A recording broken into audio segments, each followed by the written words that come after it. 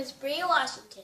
I'm signing on, and I will be talking to you a little bit about the history of skateboarding. Skateboarding is riding and performing tricks on a skateboard. But how did it all begin? The earliest ancestor of the skateboard was the scooter in the early 1900s. Back then, kids built their own scooters by nailing steel roller skate wheels onto the bottom of a 2x4 piece of wood. Then they attached a piece of wood on the top of the crate for handles, and then you had a scooter. Kids rode these homemade scooters into the 1950s. How the scooters were made changed over the years, and the skateboard was born when the handles were removed. Surfers in California saw that skateboarding could recreate the feeling of riding a wave. They enjoyed skateboarding when there were no waves in the water. Nobody knows exactly when the skateboarding was invented. It seemed that many people came up with the same ideas around the same time.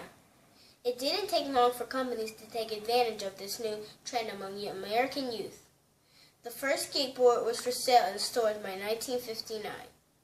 In 1963, professional skateboarders appeared along with pro riders to demonstrate them. Then, in 1965, skateboarding died overnight. Through a flood of injuries, skateboarding began to carry a bad name.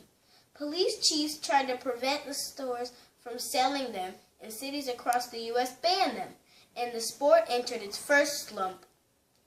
In 1973, the polyurethane wheel was invented. The new wheels gave better traction and performance, allowing skaters to do more difficult tricks. During this period, skateboarding evolved to include vertical or vert skating. Empty swimming pools became popular courses, and trucks were used to design skateboarding. The popular ollie trick was created, which may be the most important trick in the creation of skateboarding, next to the kick turn. With this new vert state movement, there was high liability costs and spiraling insurance, which made skateboarding enter into its second slump. By the 1980s, street style and plywood ramp had received skateboarding. Companies that were led by skateboarders ran this period. Forced to take an underground self-done attitude, skateboarders created their own wooden ramps in backyards and empty parking lots. This generation had its own group of stars, like Tony Hawk, who still skateboards today. During the 1990s, a national recession slowed the growth of skateboarding until 1993, when historians marked the fourth wave of skateboarding. Skateboarding became thinner, lighter, and had smaller wheels. It became more common for decks to have both a kick tail and a raised nose for increased tricks possibilities. Skateboarding is still on its fourth wave today, with no end in sight. Skateboarding may have started in the USA, but it is a sport that is enjoyed around the world. In countries like Lebanon, Egypt, and North Korea street, skateboarding is popular and skate parks are only available in bigger cities. Cayman Islands, England, and Sweden are listed among the top 5 skate parks in the world. Personally, to me, I think skateboarding is awesome.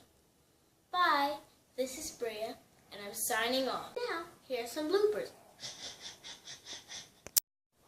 1. In 1963,